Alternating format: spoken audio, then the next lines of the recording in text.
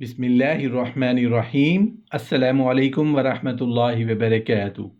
5 چیزوں میں چھپے 5 پوشیدہ راز۔ ایک نبی علیہ السلام نے ایک رات خواب دیکھا۔ خواب میں ان سے کہا گیا کہ علی الصبح سب سے پہلی چیز جو ملے اسے کھا لیجئے، دوسری کو چھپا دیجئے، تیسری کا کہنا مان لیجئے گا، چوتھی کو مایوس نہیں کرنا، پانچویں سے فرار اختیار کیجیے گا۔ اگلے روز صبح سب سے پہلی جو چیز سامنے آئی وہ ایک بہت بڑا پہاڑ تھا۔ یہ دل میں کہنے لگے کہ اللہ تعالیٰ میری طاقت سے باہر مجھ کو حکم نہیں فرماتے، چنانچہ کھانے کا عزم لے کر اس کی طرف بڑھے۔ قریب ہوئے، یہ پہاڑ چھوٹا سا ہو گیا اور پاس پہنچے تو وہ شہد سے بھی میٹھا لقمہ بن چکا تھا۔ اسے کھایا اور خدا تعالیٰ کی حمد کی اور پھر آگے چل دیے۔ سامنے سونے کا تشت دکھائی دیا، کہنے لگے اسے چھپانے اور دفن کرنے کا حکم ملا تھا۔ چنانچہ زمین میں گڑھا کھود کر اسے دفن کر دیا اور آگے چل دیے۔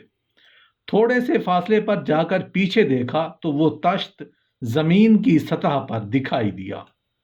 واپس آ کر اسے پھر دفن کر دیا، بلکہ کئی بار یوں ہی کیا مگر وہ پھر اوپر نکل آتا۔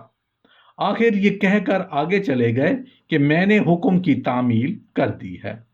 آگے کیا دیکھتے ہیں کہ ایک پرندے نے کہا، اے اللہ کے نبی علیہ السلام میری مدد فرما دیں۔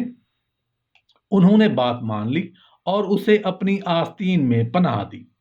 اتنے میں ایک باز آ کر کہنے لگا، اے اللہ کے نبی علیہ السلام میں بھوکا ہوں اور اس پرندے کے پیچھے صبح سے لگا ہوا ہوں، آپ مجھے میرے رزق سے مایوس نہ کریں۔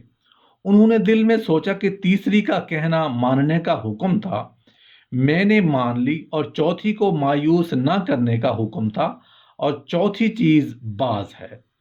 اب کیا کرنا چاہیے؟ اسی حیرت میں ایک تجویز سوچی۔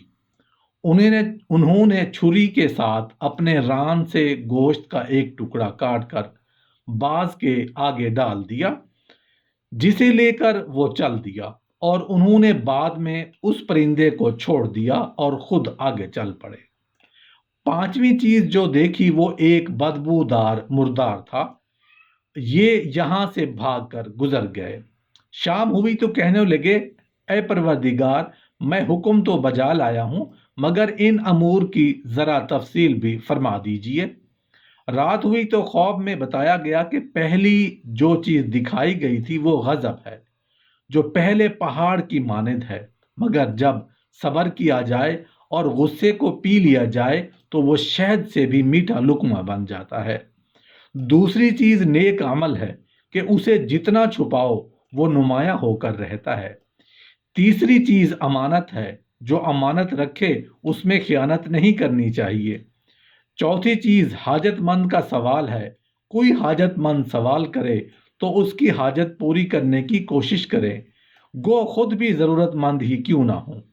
پانچویں چیز غیبت ہے، لہذا غیبت کرنے والوں سے بھاگ کر گزر جایا کریں۔